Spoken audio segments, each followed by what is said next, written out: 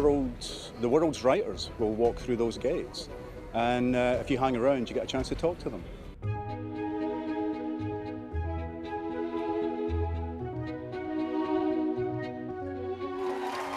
I'm interested in conversations that deal with things that matter, but real, how do we live our lives?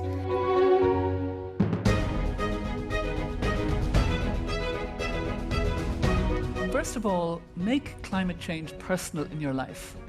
The second step is get angry and get active. And the third step, and believe it or not, I think this is the most important.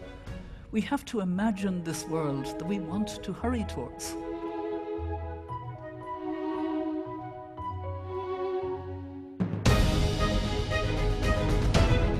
It's about kindness is looking at people as people and not as I voted this, I do this, whatever it is. There are some people we will never get along with, but most of us are a complex mass of different things.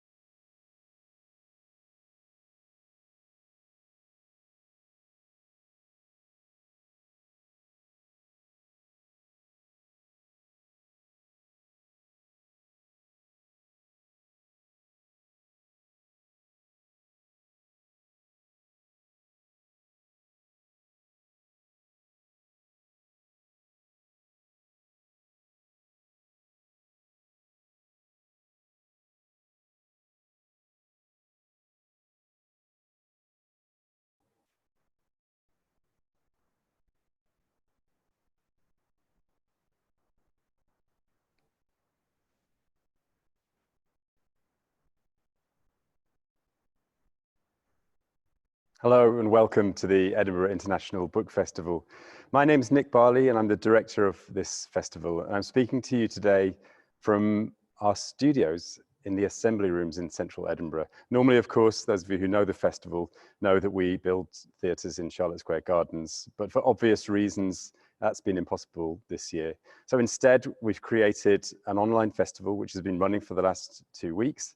And we're thrilled about the way it's been going. I hope you've had a chance to join some of the events and to see some of the extraordinary conversations that have been unfolding. I suppose we've realized that our purpose as a festival this year has been to keep the flame alive, to keep the conversation going, and to support the extraordinary ecology that makes festivals like ours possible. Not just audiences, but lots of others, moderators, members of staff, freelancers, and of course, authors and publishers, without whom we cannot do these festivals. So the purpose of this year's festival is to support all of those ecologies, all those parts of the ecology. Now, my colleague Kate Seiler, our wonderful colleague Kate, has for the last 3 years been introducing a series of events for professionals at the book festival, and they've been hugely successful. Last night, for example, we ran the Northern Lights project, which brought together publishers from the north of England and Scotland, brought them together to work together across that border. So this year we wanted to do something similar in the online format. And of course, we know that this year the pandemic has hugely affected publishing and writers across the world, but just as significantly, the movement for Black Lives has raised an important debate around the lack of diversity within the publishing world. It's raised an opportunity for us really to make a change at last. If you're as old as I am, you'll have been interested in and hoping for and campaigning for change and for an increase in diversity all of your professional life, as I feel I've been doing. And yet for some reason, despite all of the good intentions, we have struggled to make it happen. Maybe this is our opportunity, and that's why we're hosting this event today. to raise the collective consciousness, not only around the lack of diversity, but about the need to make change. And so we've brought together you, publishers and professionals from all around the world. I don't know how many of you there are, but at least 150, perhaps more, to create an international platform for thinking and debate around what we can do to change. So we want this to be topical and informative, but also useful to make things change.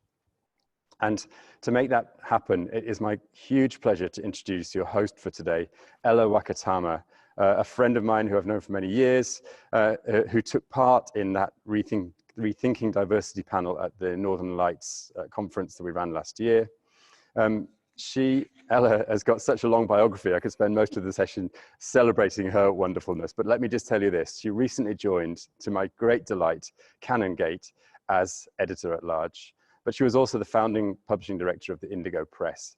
She teaches she's a senior research fellow at the School of New Writing, Creative Manchester, University of Manchester, and she's the chair of the AKO Kane Prize for African Writer. She is absolutely wonderful, and it's my great pleasure to welcome Ellah to chair today's event. Hi, Ellah. Hi, Nick. Thank you so much. I find myself missing Charlotte Square and wishing we could all be there, and think it's a wonderful thing that you and Kate and the rest of the team managed to get the festival going regardless. Welcome, everybody. Thank you very much for joining us. This morning, we're going to be talking about this chance we have to change our industry, to change our industries. One of the wonderful things, if we're looking for silver linings about having this event digitally, is that we can welcome participants from all around the world. So welcome everyone. I'm going to start off with a little bit of housekeeping before I introduce our panelists. Just to let you all know that this event is being recorded and uploaded onto the Edinburgh International Book Festival's YouTube channel after the event to make it accessible for those who've not been able to attend today. We'll also be holding a Q&A, taking questions from the audience, and you'll be able to pass comments, to ask questions, and also to upvote. I hadn't come across that word before, but it's in Kate's notes, to upvote each other's questions using the Q&A feature at the bottom of the screen. If you want to simply chat to other audience members, you can do so using the chat feature, again at the bottom of the screen. I'm just going to take off my earrings because I think they're making lots of noise. Sorry, here. Okay. To my Kenyan cousins, I was wearing Kenyan earrings, but we're taking them off now. Finally, the use of poll questions. Throughout the conversation, you'll see poll questions popping up on the screen. Please take some time to answer them. We are interested in gathering information from all around the world, from all around the UK as well. And finally, if you're on Twitter, the hashtag is chance, the number 2, change at Edinburgh, at EdBookFest. Please connect to us via Twitter and get everyone talking about this event. So I'm going to introduce my panelists very briefly. Please do take time to read their wonderful biographies on the screen notes here. I'll start off by introducing Kishani Widyaratna, who is a commissioning editor at Picador, who'll be talking to us about that very crucial role at the beginning of a book cycle when an editor falls in love with the work and finds a way to bring it to readers. I'm also going to welcome Mairi Oliver, who's the owner of Lighthouse Bookshop, Edinburgh's radical bookshop. Fiona McMorrough, who I've known for a very long time, as a friend, who is the founder and chief executive of FMcM, clearly one of the leading publicists in our sector. And finally, Sha Nazir, who is the publisher and creative producer at BHP Comics. Welcome, everyone. Thank you very much for joining us. The recent months have seen us finding new ways to work, finding new ways to connect. In an industry like ours that's very relationship-based, that depends on live events and people walking into bookshops, we've all had to innovate and change. And as Nick said earlier, this push to make our industry more representative of who we are as a nation and also across the world has not always met with the success, or the success has been short-lived. And I wonder if this is the moment in time where everything is upended, that we can take some time to do some really wild imagining about how we do things, and also to ask ourselves why we do things and how we could do them better. So I'm going to start by asking each of my panelists to just tell us a little bit about how the world of publishing has changed from their first day at work to yesterday. I wonder if I could start with you, Kishani. Yeah, I mean, on the kind of physical side of books, it's been a huge change for us. We've gone from doing lots of things on paper, from being able to walk across to a colleague and speak to them, to now doing everything remotely, everything via our computers, everything via the phone. And it has completely revolutionized the way that we worked. It was a huge kind of learning curve. All of our meetings are remote. It couldn't have been more radically different from how we worked before. But with also those challenges, it has also allowed for us to come together in new ways. And I feel like that has been quite exciting. So there are members of our staff that work remotely. So we have our poetry editor, Don Patterson, for example, who is in Edinburgh. Previously, he wouldn't be able to come to meetings, but now he's able to do that. So even though there have been challenges, there have also been new opportunities. It's definitely made more rapid our conversion to doing things more online and doing things more digitally, which is faster than perhaps posting things to people, especially when you're talking about proof production. So it's been a very kind of, it's had its challenges and its opportunities, I guess I would say. Mm-hmm. That's the recent past, but Kishani, I wonder if you could also talk to us a little bit. I'm really interested in your experience as a woman of color working as a commissioning editor. Yes. We know that up until the very recent past, there were very few of us. And I wonder how things have changed from your perspective in the industry as a commissioning editor. They've changed quite radically in the course of my time in publishing. When I first joined the industry and was doing kind of editorial internships, whether they were independents or at large publishers, I would often find that I was possibly the only woman of colour, or definitely the only person of colour within an editorial team, and possibly the only one of maybe one or two or three people across the colour across the whole company.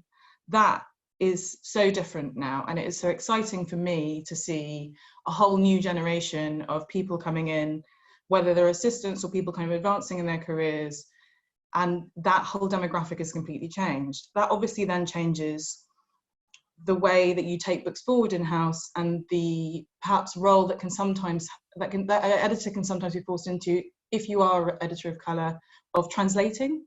Mm-hmm. So if you are translating a book for people that have not read from that culture before, people who've not read authors from that background before, or people who maybe don't read as widely outside of a kind of Western literary tradition, it offers up so many more opportunities for us to really find that support at an earlier stage. I don't think that you necessarily have to be of the same background, but I do think there can be a question of receptiveness or things chiming more immediately. And that whole aspect of things is really exciting for me. It's also exciting just to have a greater variety of readers in-house when we're thinking about taking books to as wide an audience as possible. You know, that's obviously part of it. So that has been a huge change, and one that I have found really exciting and really heartening. And it makes me feel like the variety of books that we can bring has only expanded.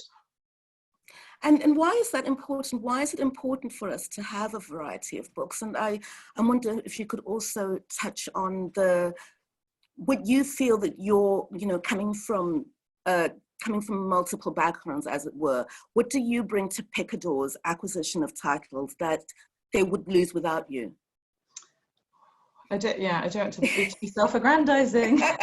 Please. But no, I guess that I guess I bring a slightly different, well, I mean, for one thing, I'm very lucky that at Picador we have a very diverse team of editors. So I'm not the only editor of colour there. I'm not the only woman of colour commissioning editor there. So, but I think like amongst that, what I bring is a particular reading experience that is interested in other traditions, that has I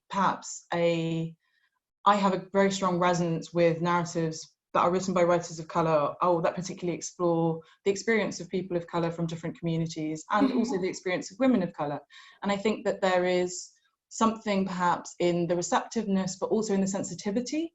So I feel like something that I can offer my authors in particular is that I have an understanding to a certain degree, depending on what their experience is, but of their experience if they're of colour.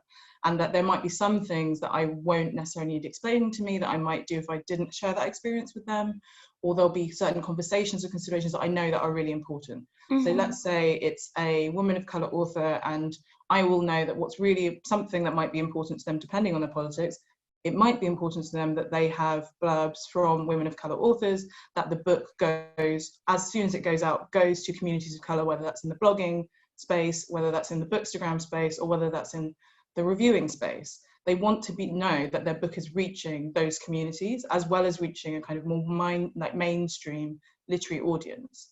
That will be as important to me as it is important to them. So I think there can be something which is a kind of, which is a certain degree of sensitivity, because it's some of that experience is shared, a degree of receptivity that I care passionately about those books, and I feel like that's then reflected in my list. And there are lots of us like that in publishing that have been as passionate and as committed to publishing writers from all kinds of backgrounds, whether it's working class or writers of colour, for a really long time, before certain topics have felt more pressing in the publishing industry at large. I don't think it's necessary at all to be an editor of colour to publish writers of colour, but I do think that there is lots of advantages that come with that. Thank you for that, Sha. I'd like to move to you next. Thinking about what Kishani has been saying about sort of the translating and the receptivity, I often think that genre publishing, be it sort of, crime or romance or whatever else, has a lot to teach literary publishers, and sometimes we find a greater level of innovation in the more specialist market. So I wonder, Sha, if you could talk to us a little bit. This again is going back to that first question about your own career. What do you feel has changed in your particular sphere, and what has pushed that change? Good morning, everyone. For me, it's changed massively, I think, over the past kind of 5 to 6 years, particularly in the past kind of 3 or 4 years. The depth of the kinds of people that are making graphic novels and comics is vastly different to how it was 8 or 9 years ago. And I think that's probably down to the accessibility of the market, accessibility of self-publishing and of digital publishing, particularly like webcomics. That whole kind of sphere has really opened up the world to younger creators, or to new younger creators who are working predominantly digitally, and who don't necessarily see. I think initially it came from a place where people were not seeing themselves mirrored in many mainstream places. So because of that, what happened, I think, then all of these people then started coming forward. Well, if there's no space for me, I'll create my own space. And I think a lot of that kind of innovation particularly comes from comics creators, comicers, who are sometimes people who also write and draw their own work. Particularly those kind of people are pushing that kind of boundary of experimenting in a place. And I think because of the certain nature of comics and the nature of kind of graphic novels, there's always a level of ability, of flexibility, which you don't necessarily get in sort of mainstream publishing. And that flexibility allows you to sort of change and bend and move with what's happening at the time. And particularly at the time now, like for me, up until 6 months ago, we were a graphic novel publisher publishing books, and I've worked very hard to get us to that situation over the past kind of 4 or 5 years. And then I realized just how fragile that world is, and just how fragile, particularly making, being an independent, making genre kind of graphic novels in a market which is very small in the UK, how delicate that is, and how easily it is for it to completely crush everything that I've kind of built over those kind of, that kind of past kind of 5, 6 years. So now I'm looking forward in lots of different kind of ways, and I'm, I still have a slate of a few books, but my opinion and my kind of critical thinking has been changing my opinion of how I run this business, and what our kind of function is. But certainly at the same time, what I'm seeing, particularly on Twitter, because the comics Twitter sphere, you see a lot of great new books being made by young comic creators, and that's kind of great to see. That's especially over this period, they've got that space and time to be able to really focus on making new work. So in the course of the next kind of 6 months to a year, we're going to see a lot of new books coming through. Thank you, Sha. I want to come back to what you said about changing how a business is run after the experience of the last 6 months. But Kishani, I wonder if you could come in here. Sha said something that really struck me about being able to be flexible. I guess nimble is another way to say it. I think from my experience, he's probably right. I wonder if you could talk a little bit about sort of, do you think that as working sort of corporate or mainstream independent publishing, have that same level of flexibility? What do we learn from publishers such as Sha, who are having to work in quite a small sector, but adaptively? I think we can learn loads from independent publishers, and I feel like they have been doing some of the most the most kind of interesting things when it comes to online events and really having a very kind of close relationship with their readers. And I think that kind of level of closeness is something that larger publishers really envy, whether you have a subscription model or a really faithful kind of newsletter following. All of those kinds of things are things that I think we really try and emulate within like mainstream publishing. I think mainstream publishing is historically thought to be a bit kind of slow and kind of, embedded in certain historical ways of doing things. That whole common phrase of, that's not the way we do things here, all of that kind of stuff. And I really think that we're having to revisit all of that at the moment. And we've seen that in such an exciting way with things like online events and with this huge kind of move into social media and Instagram and, and really trying to get a direct contact with our readers. And I feel like small publishers in particular are really great for those personal relationships. And that's something that we can definitely learn from them. Sha, thank you, Kishani. Sha, coming back to you, that idea of sort of having to connect more immediately with your readers is something that I feel I find in publishing houses such as yours and comics or in specialist genre publishing. I wonder if we can come back to what you said earlier about changing the way that your business works. We've all been forced to adapt dramatically in the last few months, and along with that, there's the risk of not all of us surviving. So I wonder what sort of changes you wanted to share when you think about what the future for BH Comics looks like. What are the changes that you feel need to be made in this new world? It's such a big question, isn't it? It's something that I've been thinking about so much the past kind of few months.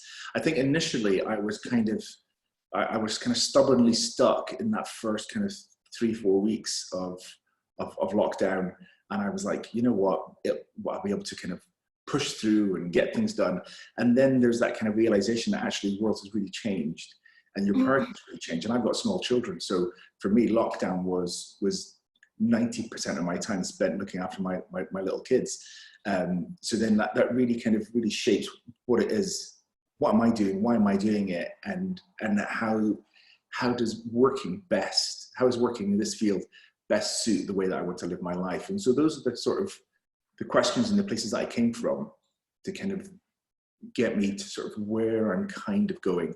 And I'm still working it out. I'm not 100% sure of exactly where I'm going to be going, but I've got some avenues, and part of that is just down to the way that the system is right now. The system is really hard for a small publisher to survive. Everything's already stacked against you anyway. As of sort of kind of mid 2018, we got into putting our books into the USA and into Canada and exporting for the very first time, which is really fantastic. And it's like, great, all these new readers, all of this kind of stuff. And it opens a door of so much more cost. That's what people don't tell you. If you're a small publisher and you want to export, great, but actually let's just look at what the money actually is and what the reality of cost is. And even though it's been great for our credibility as a little publishing house, and seeing our books in all these different places, the reality of the income versus the kind of our outgoings, it just isn't kind of there. It's just the sort of the 60% that we have to pay to distributors and to booksellers, our kind of discount, and our discount's horrendous, you know, and it just, and we're not selling in the kind of quantities where you can get a good enough chunk back. So all of those kind of things have made me kind of look at, well, what is it we're doing and why am I doing it? And, you know, I've got 3 books left that we're meant to publish this year. We've got one coming out in November, and the next 2 have pushed to the year out, to kind of 21. And within the sphere of what those books are, I've kind of gone and committed to that. Those are going to be physical books. And over the course of this past kind of 5 months, I've had to use all the reserves I've had to basically keep the business running. So the money I had set aside to make new books, that's gone now. So I know that the kind of new books that we'll be making aren't going to be physically published books at the moment. I've kind of made this, I'm not saying I'm not going to publish another physical book, but after these next 3, I kind of have to kind of go, where is that money coming from? How are we going to facilitate that? And in terms of the assets that we have just now and exporting the assets that we've got, what I'm sort of turned much more towards, and I was kind of leading this way in the past kind of 6 months or so anyway, is really looking at our assets and selling the rights, and in the English language rights, particularly for the USA and Canada, and actually selling those to bigger publishing houses, because really we'll probably make more money on a tiny percentage than we would as doing that work ourselves just now. So a lot of it's that, and then it's also kind of digital. You know, a lot of it's digital. It's, you know, putting all of our books into digital format on our own website. We're about to launch everything onto Kindle. We're about to take everything into Comixology into the start of the next kind of year. And it's, so there's that, and we're also about to start kind of doing webtoons as well, which is a whole other kind of kettle of fish. And then kind of the bottom line of all of this is I'm sort of building towards selling our content for film and TV rights. And that's, you know, kind of that option kind of world is the next kind of bigger thing, which will hopefully bring in more money. But in the reality of making books and how we were making books before, I can't keep doing that anymore. It's just, it can't sustain. Would you just, thank you for for being so sort of frank and generous in that answer, because I think you've highlighted some very difficult things. I mean, that discussion around money and what happens to your reserves in a moment of crisis and what changed. But it also strikes me that the changes that you're describing seem entirely positive. They're not only responding to a moment in time, but they're maybe pointing to a future of great activities. We do have some poll questions around distribution, and we'll have a comment later on from someone in the field. And I want to move on next to Fiona to talk about that point in a book's life when it's reaching the public. Fiona, you and I have worked together, and I know that some part of the discussions that we had with you and with your team were around reaching the audiences that I was very keen to have reading my books. Kishani touched on this a little bit. I wonder if you could talk to us a little bit about sort of in the course of your career, are the things that publishers are asking from you, have they changed? And what are they asking your team to do in reaching audiences for books? And how do you meet those challenges? Thanks, Ella, and to everyone at the Edinburgh Festival and the panel. It's great to be part of the chat today. I think I'm probably one of the oldest participants on the panel today, and if I think my career started in the late 80s, I should probably say no more on that subject. But what I would like to say, and then I'll answer your question, Ella, that big publishing and independent publishing has changed so dramatically between the time when I started to what it looks and feel like today, and listening to Kishani and Sha is really encouraging in terms of their presence and their contribution to the landscape of publishing, as it has yours has been throughout your career. But when I was at Penguin in the early 90s or late 80s, it was still a very editorially led, driven publishing process. And I think the biggest thing that I think has changed in publishing between then and now is that it had started then, was the shift to sales and marketing led publishing. And I think we've seen almost an unprecedented golden era of publishing, notwithstanding all of the challenges we're here to discuss today, where the British publishing industry has developed an extraordinary ability to publish huge volumes of books and to sell them in huge volumes, not just in the UK, but to transport them overseas. And I think everything that we have learned in this 30-year period, I think bodes very well for the future as we fling open the doors in the way that we're describing and talking about here to talk about today. As for FMcM, my agency and my small team, you know, like everybody else, we've had to pivot into COVID. And over recent years, I would say probably digital and Amazon are obviously the two biggest disruptors of our industry in the time that I've been working in publishing. And I would say in 2008, it was a game-changing event. There was a recession. And at that time, we had masses of booksellers and chains serving people across the country in terms of how we got our books into the hands of readers. So that changed dramatically since 2008. And I think while digital existed before 2008, I think it really propelled publishers into confronting the challenges of ebook publishing as it was then, and Kindles. And, you know, we may have been late to the game, but between 2008 and 2020, I think publishing across the board has really caught up with a lot of that. But I would say the biggest thing that has changed overall in my career has happened since COVID. And I think the arrival of Black Lives Matter and the Black Writers Guild in publishing, I would say that is easily the most significant development since I have been in publishing, and there's lots to talk about there. But for my company and the job that we do, and we work for major corporate publishers, we represent a lot of independent publishers, and we work across industry initiatives and prizes and events and festivals.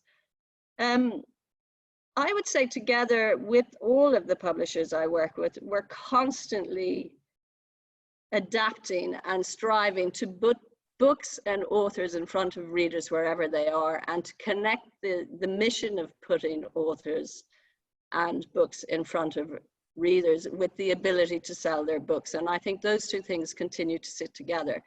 So as an agency, I'd say the biggest thing that changed for us since COVID, we're used to working in a physical office like everybody else. We're a small team of 8 people. And actually members of my team have been asking me for flexible working and wanting to work from home and not work in London and all of those things. And even last year I was saying, oh my God, but what happens if you move 2 hours out of London? You know, how often are you actually going to make it to the office? And having had that conversation, suddenly a few months later, not only was one member of my staff commuting from outside London, but we're all working from home like everybody else, and everything we do has been intermediated really. Let's just talk about Zoom. I didn't even really know what it was at the beginning of March, and now I certainly do. So I would say we're now in another period of accelerated digital change, and the physical isn't just being removed from the physical book. Our lives in physical venues around the country, and here we are doing a Zoom event for the Edinburgh Festival. So everything that we do is relying on our ability to communicate and present in a virtual world. So we are living in a virtual world now. And I think, you know, people have been talking about video for a while. I'll video the term the new gold rush. But what we do with video presentation, I think, is already becoming more televisual. And we're already adapting within FMcM. We've produced more video in the last 3 months than I ever would have thought possible for a whole range of clients, individual authors, you know, the UEA, festivals.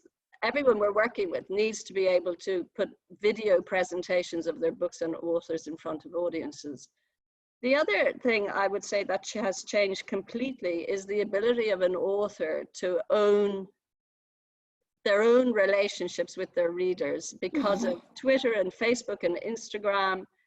And this direct relationship between a writer and a reader is something which is going to continue to rise in prominence. And I think it's our job as communication experts to continue to support and develop those specific audiences, whether it's around an author or a small publisher or a festival event, is how we diversify audiences. And I think technology, again, in this period has allowed us to really expand our reach. Events which would have been very exclusive events in the past and possibly almost entirely white audiences coming to events, or almost entirely regional audiences or almost entirely British audiences now have the opportunity to be, anyone can come into our events. And our job, and certainly we've worked hard at FMcM to do this, is to make all of the events that we're part of as accessible and open as possible to the widest possible audience. And working with the mainstream media, they are struggling as much as anybody else. And, you know, a lot of heroic journalists, whether in print or broadcast, radio around the country, who are really doing incredible work from home. Again, talk about trying to figure out how to get books into the hands of journalists and suddenly creating databases of people's home addresses. And how do you get a book mailing out anymore? You know, we actually literally gave up our office when we went into lockdown because our lease was coming up that month, and it was just a little light bulb moment. Maybe we shouldn't keep the office because who knows when we'll be back in it. But and that turns out to now really reinforce the idea that people aren't only working from home or where they are, but people are reading from home or where they are. They're consuming all of their cultural intake from home or where they are.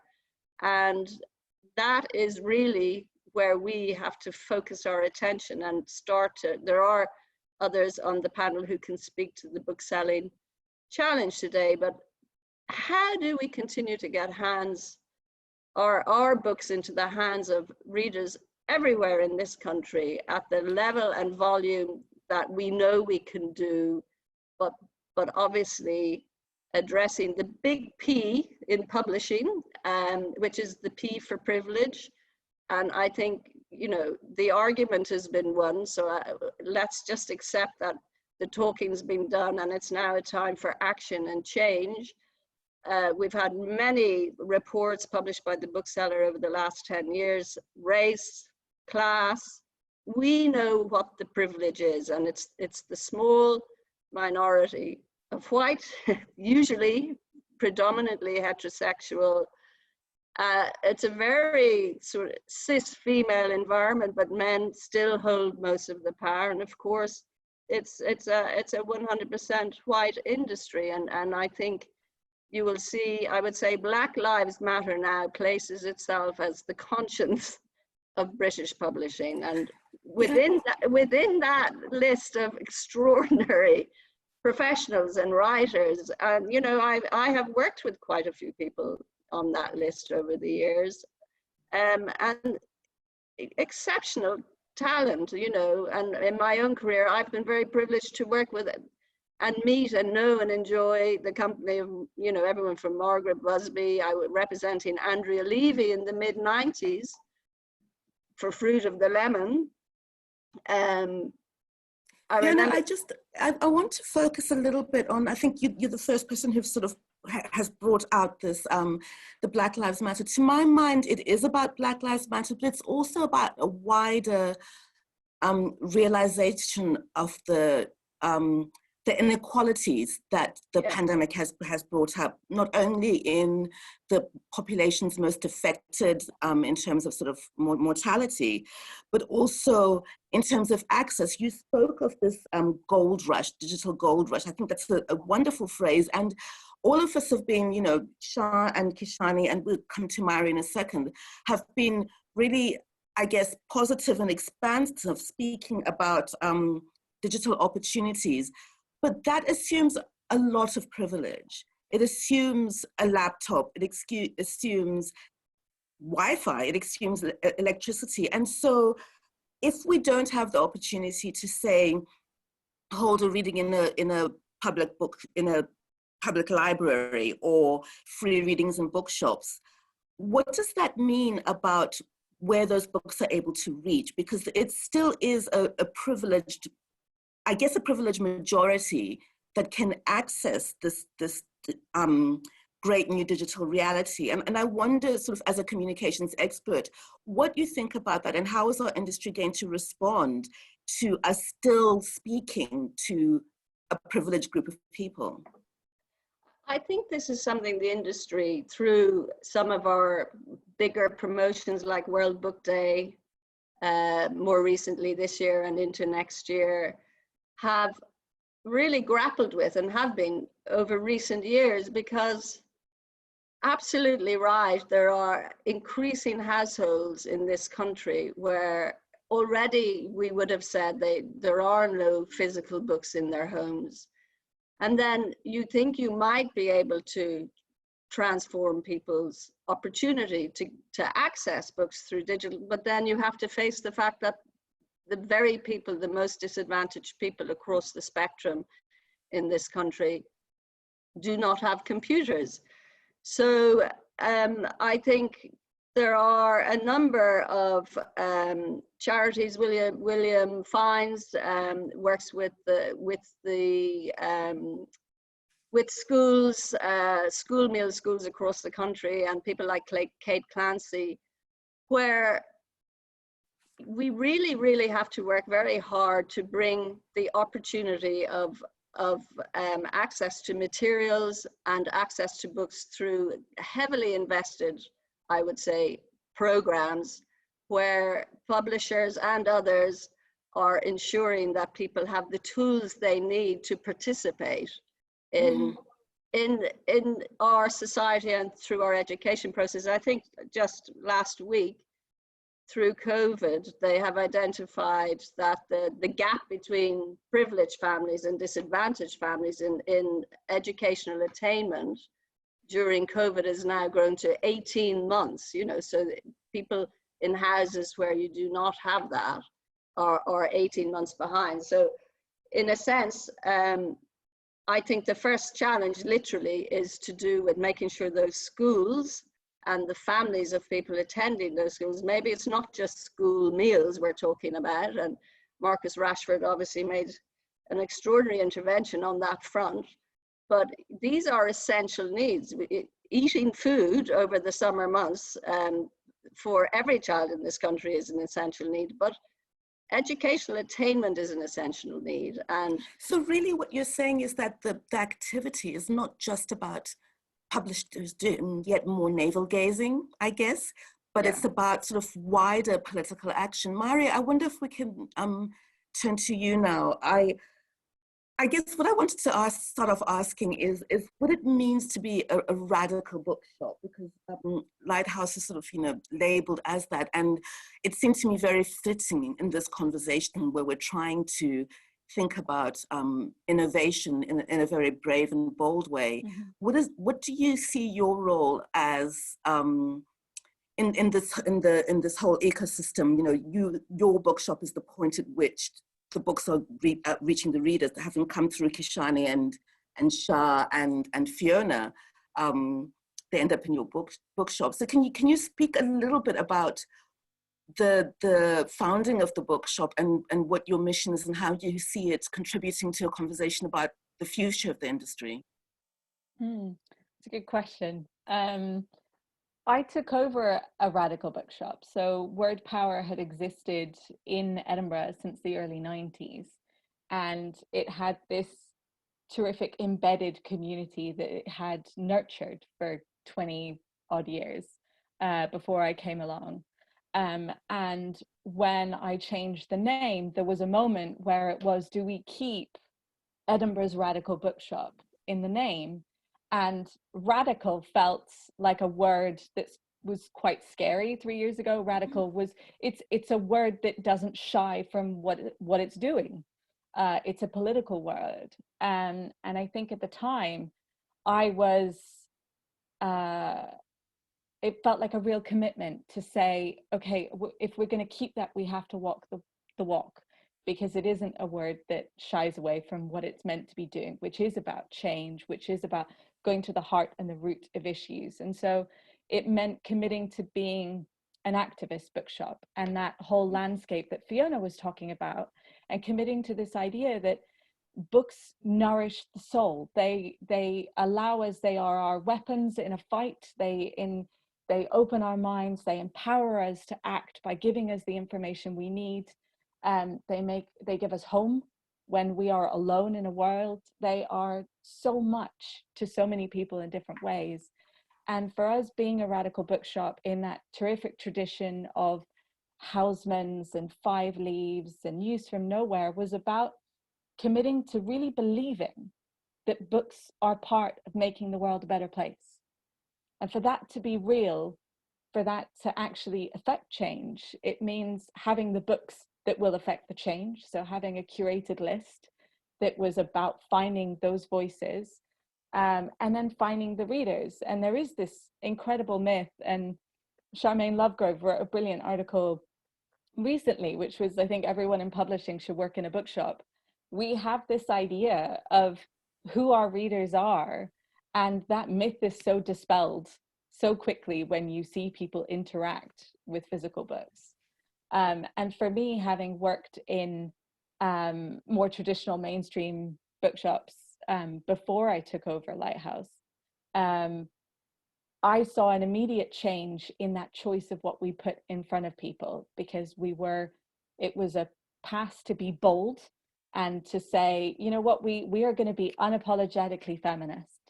And that means making sure that over 50% of our books are by women, and not just in the feminist section, but across history and philosophy. And that meant looking for those books. And it was the same about representation in that moment, where, deciding where do you put a disability section? You can't tuck it in a corner that you can't reach. You can't put it somewhere that says, you already marginalized person deserve the corner of this shop.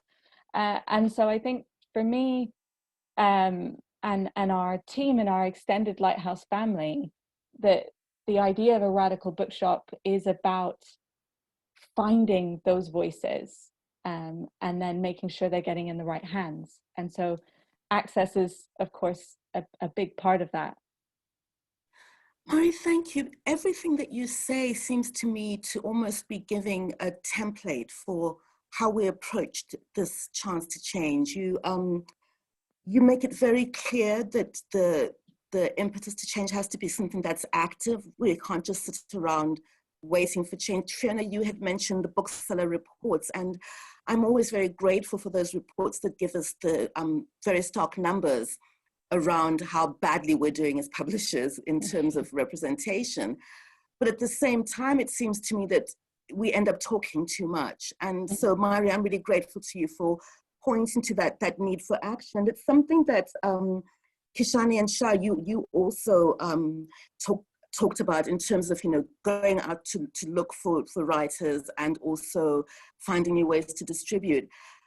I could talk to you guys for another hour, but I see that I'm being prompted that it's almost time for us to move to audience questions. And I am going to come back to you at the end of this. I just wanted to get an author's perspective into this conversation as well. And wonder if we could call on Raman Mundair, who is the author of Lovers, Buyers, Conjurers and Thieves, and also the editor of the forthcoming anthology Incoming, Some Shetland Voices. Raman, I wonder if you could, as an author, give us, and an editor, give the perspective of the creative around the topics we've been discussing, the politics of publishing, I guess the finances of publishing, and the need for change and how we go about that change. Yes, thank you. Thank you so much for having me with you today. Can you hear me okay? Yes, absolutely. Yeah, great. Well, there's just so much I want to respond to. I get this, I absolutely feel hopeful for the future, and I'm really glad to get a sense of that, but I do feel there's a lot of hard work to be done. And my perspective as a writer, what I want to bring to it is obviously in terms of sales as marketing, we see Remy's book now is doing so well, for example, and Bernadine's book, and which is fantastic. It's great. There's an appetite for it. Remy, at large, why I'm no longer talking to white people about race, and Go a Woman Other by Bernadine Evaristo. That's right, yes. So we clearly see that there's an audience, there's a readership, there's an appetite, and that's cross-cultural. You know, there's a universality to it. It's not just a black and brown readership. It's crossing that, but it is also speaking to a black and brown readership that has been neglected for so long.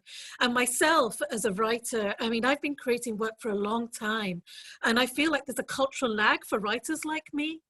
You know, because like I've been writing now for, you know, near on 15, 20 years, and my work hasn't received the reviews that it should have received, because I was with People Tree Press. It's a small press, a great press, a discerning press, but, you know, it doesn't have the operation at the time when my books came out to promote my work. So there's a cultural lag there. There's this work like mine that has existed, you know, along with other black and brown writers, that has existed for a while, a body of work, but has never received the readership that it deserves. I have new work now, you know, that I've written. I've got a collection of essays, I've got a collection of poems, I've got a collection of short stories and a novel, but I'm struggling to find a place to take it. I'm struggling to find a publisher, because for most publishers, it's, who are you? We don't know of you. Well, of course you wouldn't know of me, because I've not had that machine behind me that now suddenly is now coming into play, because, you know, quite frankly, white people have switched on to Black Lives Matter, but we've known for years what matters. And, you know, I want to focus in on this, because it's true. Our lives have always mattered. Yes, and exactly. For me, in some ways, it kind of riles that people want to foreground this and to talk about it, because I think that, well, it's fine that you've noticed, but we've been mattering for time. I want to ask you specifically about, you know, you mentioned all of the books that you have written and you know, the work that you have ready to go.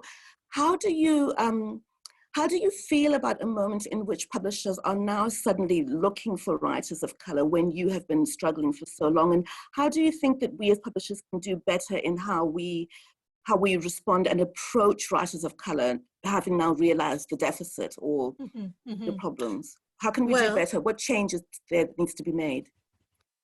Well, I think clearly there is a lot of work. We acknowledge there's a lot of work to do. We know that there is.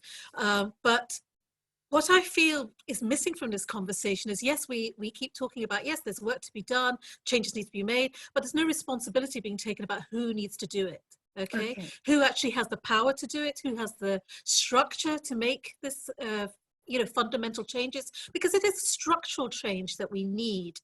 Quite, you know, we acknowledge, in this conversation, I hear all of us saying that the literary and publishing world is, you know, is very important, significant in our, you know, in our lives, and it shapes futures, it shapes identities, it shapes imaginations. And quite frankly, it's intersectional, but it doesn't operate in an intersectional way. That's what's missing as well from the conversation, that the whole structural construct does not work in an intersectional way. So what, you know, clearly representation matters. You know, if we don't grow up reading work that reflects our imaginations, reflects who we are, and reflects the worlds that we live in, then we have a certain worldview, a certain construct of who we are. If we don't understand our histories, our all of this, I'm sure I'm speaking, to the choir. I'm speaking to people who already understand this, but it can't be said enough, and it can't be deconstructed enough. And for me, yes, I hear that publishers are interested, but how do I get there?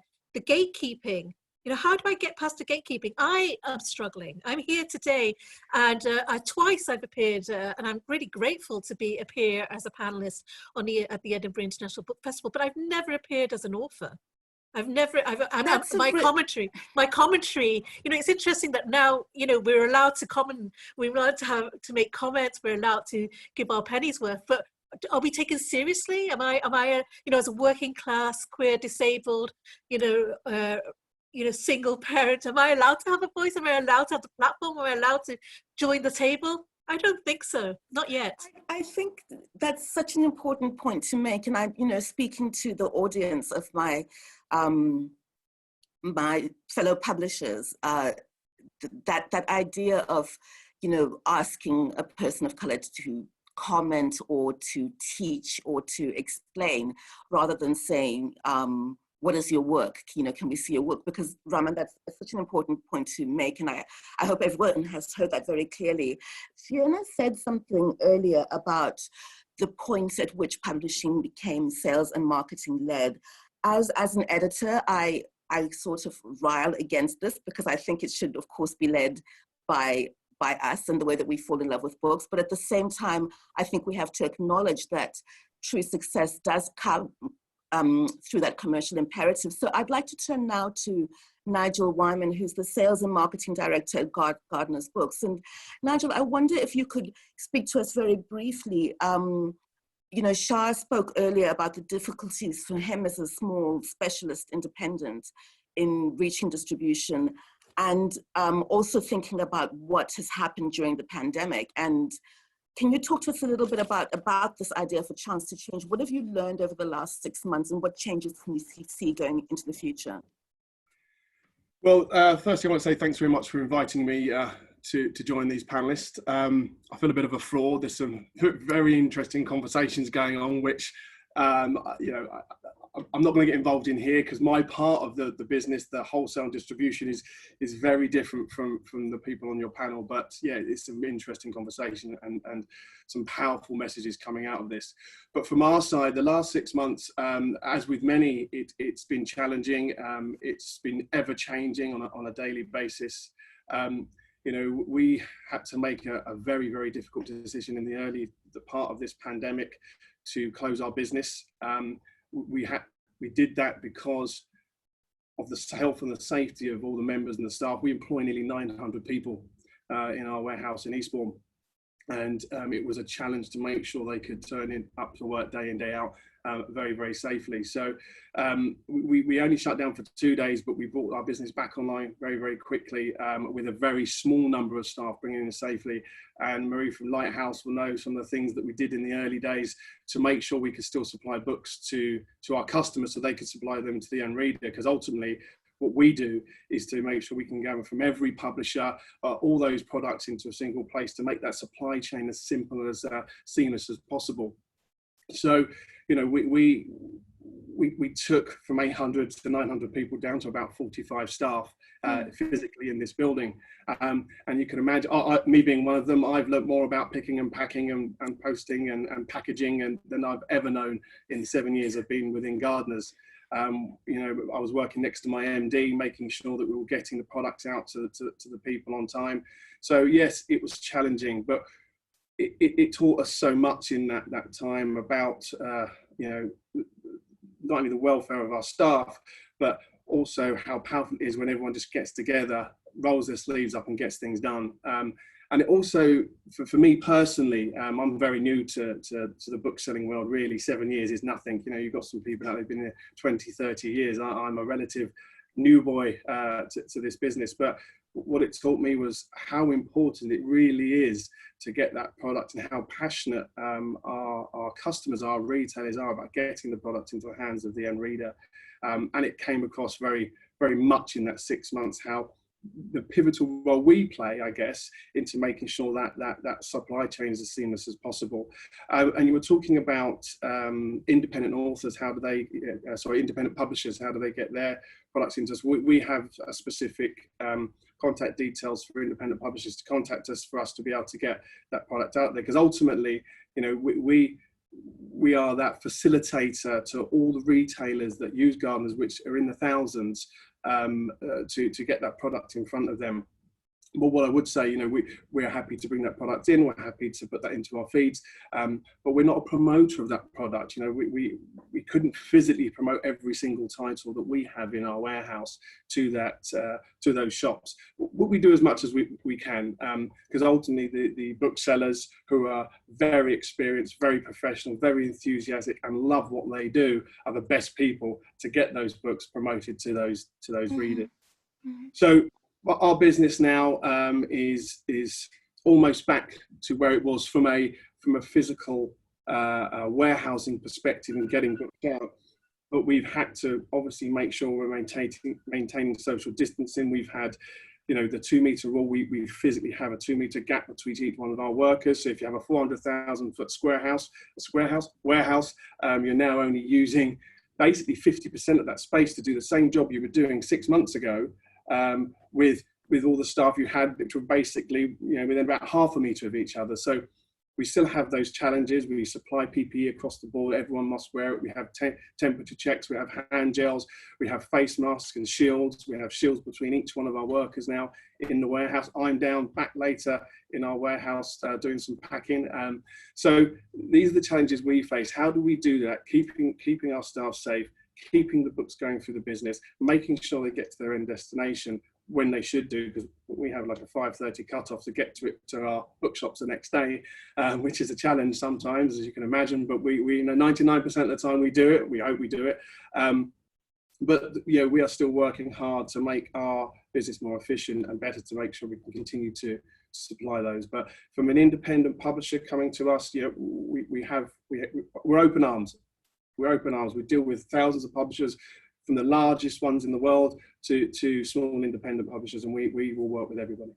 Thank you, Nigel. I think what you know, sort of having that detail of the, I guess, the almost physical realities of getting the books into the hands of the readers is really useful. And I guess it's a good point for us to now move on to audience questions. I'm running a little bit late. I apologize for that, but I did want to hear what you all had to say when you're linking it together. And I think it's a good pointer. I think it was Ronnie, I'm not sure who said something about it, sort of, you know, having to bring in all of these different sectors to realize how we all work together to get books into the hands of readers. And I guess the encouraging thing is that throughout all of this, people are still reading, that, you know, we're still useful. Kate, I wonder if we could bring up some of the audience questions now, so I can read them out and give the panelists a chance to answer them. I hope this is not the point at which technology fails me. I can't see any. Okay, there they are.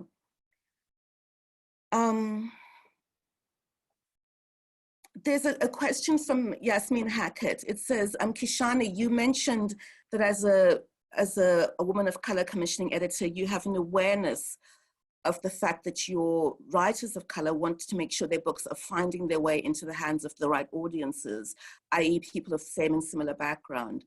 And so Yasmin wonders how you go about actively seeking out those audiences. That's a question for you, Kishani. Could we keep the answers very brief and to the point so we can get a few in? Sure. Yeah, I think there's lots of different ways that we try and do this. I think that you can try and do it with various partnerships with the right kind of media partners that already have a readership or an audience base within different communities, or you can do it with the right kind of events. So let's say you have a Black author and you want to do something at the Black Cultural Archives because that feels particularly fitting, or working with partners like Black Ballad or that kind of thing. So that's really important. Social media is also really important, connecting with the right authors to really champion your own author's book. connecting with the right blogging communities and the right Bookstagram communities. So it's really about, I guess, really exhausting possibilities, being as passionate as possible, really being receptive and listening, paying attention to how readers are engaging with and talking about books, and not just kind of relying on traditional avenues, I would say. There's thank you, Kishani. There's a question here from Elena Ryan. I'd like, Sha, I'd like to ask you to answer this question. What are the key changes we need to make in the whole publishing, bookselling, festival infrastructure to make sure the doors are open to those who are currently not being published and showcased and heard? Are there positive steps we could start out with? Sha, what do you think? Wow, I'm not really sure, to be honest. That's a lot of little things all kind of coming together. Choose the one that you want and say exactly what you would want to do, even if it's not practical. I know, it's nice and practical. I think for festivals, I think Edinburgh International Book Festival is a great example, but they are great at listening to people who are good at the thing that they do. And that's really important. And I think, and knowing that those people are connected to other worlds. So people that, you know, when the book festival wants to find out something about comics or know other people that they're not necessarily connected to, being able to speak to me, for me to be able to give them that access, and to not be a gatekeeper, but to be someone that's, the door is always open behind me. The door is always open. So if you want to know something, ask me at any time. And I will put you, as long as I know who that person is, I will put you in touch with that person. So that kind of thing, I think is great. And I think if other festivals we're doing stuff more like that, I know that there are lots of festivals are small and don't have that capability. Particularly with like publishing houses, it's the same kind of thing. Really, it's connected to who the grassroots people are. So it's where that connection line is. And I think when you're a bigger publisher, it's much more difficult to kind of know where everyone is down here making it, scrabbling around, all kind of looking to kind of get their work out there. I think that what you say there is very key, where the gatekeepers need to see themselves as people who have the power to open doors rather than to keep them closed. That's really powerful. Mairi, I'd like to address if we can ask you that same question, is, you know, thinking about you yourself as a bookseller and the changed realities. What would you say needs to change to make sure that those doors are open to those who are currently not being showcased in the way that they should? And Rani spoke very sort of poignantly about this.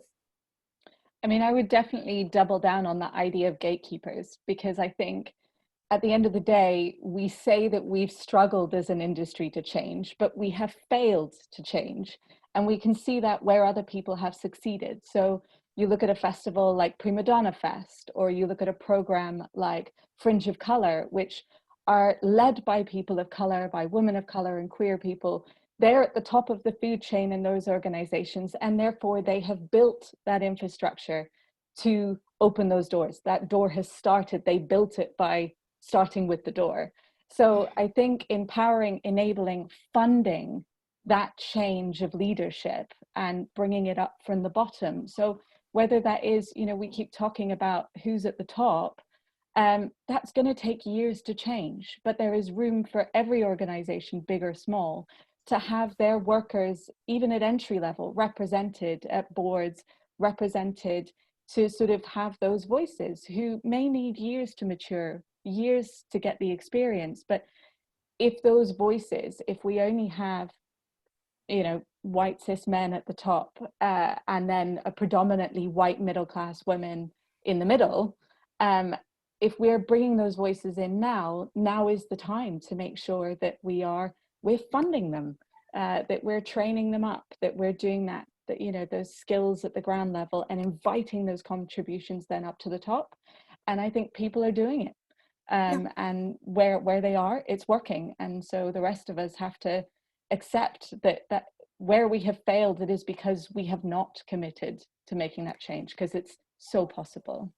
So that commitment is about the nurturing of talent, seeking out of talent and nurturing it. I'm glad you mentioned the funding, because cold hard cash, paid internships, salaries, that, you know, living wage, all of those things are very, very important. And again, you're pointing to active change rather than just sort of a passive wishing for change. I'm going to give one last audience question before I come back to my panelists and close.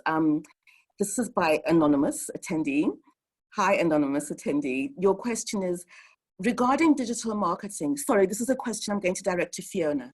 Regarding digital marketing, do you have any tips on reaching new audiences, especially for teams with small budgets? Has lockdown brought new ideas on this? Fiona?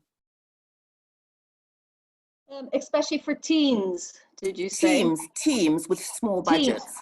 Teams with small budgets. Well, I think the truth about digital is it doesn't really have to cost much money. You know, there's a lot of self-generated content that you can continue to put out there. But Mairi mentioned partnerships, and I think it's building partnerships with people who may have a bigger reach than you have yourself, and to be smart about your network.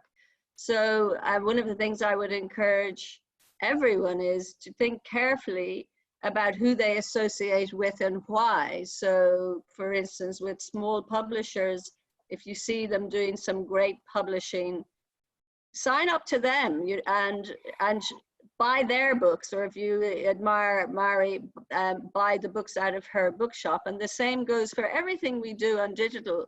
It's a very really busy landscape, but we need to align ourselves with people who share our vision and our mission. And I think that's very possible to do. And the great thing, once you have yourself set up, and we've touched on not everybody will have, with a Twitter account and an Instagram account or a Facebook account, you can really choose where you put yourself and how you put yourself out there. And I think it's very, very possible, but it is for those of us who are privileged in the big industry of publishing.